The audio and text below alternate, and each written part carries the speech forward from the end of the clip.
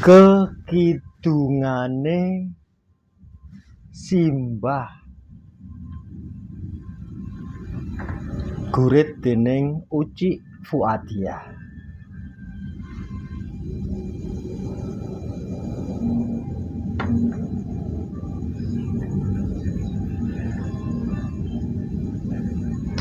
Ing pinggir ratan kene ing ngisor dipan kono ing dhuwur dingklek iki ing kene ya ing kene Simbah tansah angudang tembange tak lelo ledung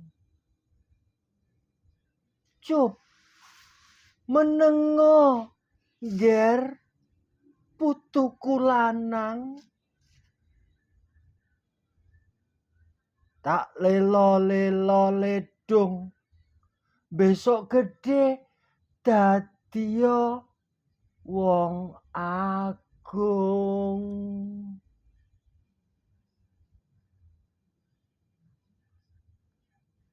Saben mripat wengi wis kumlawe dak simpen kekidungan kang ginawa angin. Konjuk donga mugi Gusti ngijabahi lan pangestumu Simbah bakal dadi piweling dalan kang bakal dak ambah. Dalan kang sarwa kebak eri, dalan kang rinoso wengis tumrap jangkahku. Nanging Simbah dak kira jangkahku bakal kandhek. Iya, kidung kudanganmu iku kang tansah keprungu gawe gregeting manah lan sukmaku. Nglakoni dina-dina kang wis kagelar ing lembaran-lembaran ing ngarep.